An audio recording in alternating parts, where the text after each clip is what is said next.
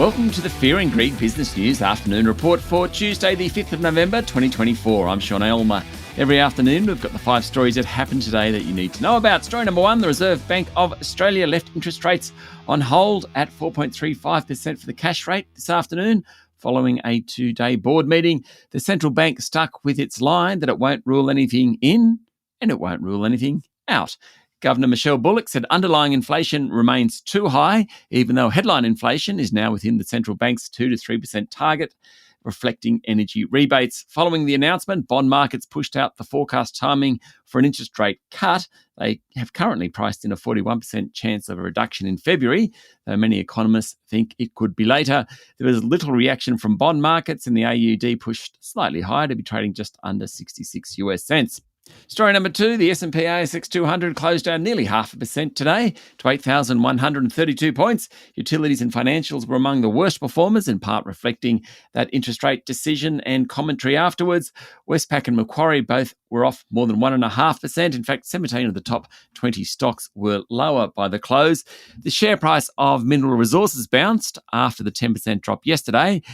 That's after the board found Chris Ellison acted without integrity. Well, MinRes was up 4% today, so perhaps people aren't as worried about that as they seemed 24 hours ago. And Lifestyle Communities rose after HMC Capital took a 2.7% stake in the leased communities operator. It was up 7%, best of the top 200. Story number 3, the travel scandal isn't going away, with a growing number of MPs saying flight upgrades should be banned. Independents Allegra Spender and Helen Haynes said they'd cancelled their Qantas Chairman's Lounge membership and Virgin VIP memberships. Teal Independent Monique Ryan, she gave up the Chairman's Lounge because, as she put it, of the insidious activities of lobbyists. With an election due by May, it has not been a major topic in question time, perhaps because people in glass houses shouldn't throw stones. Story number 4, markets are in a bit of a holding pattern globally ahead of the US election. That, of course, kicks off within the next few hours. Apparently, there was a late swing towards Kamala Harris. That's put some pressure on Wall Street. The so-called Trump trade, which pushed up equities, the US dollar, Bitcoin, and bond yields, has been unwound just a touch. Gold is steady, trading around record high levels.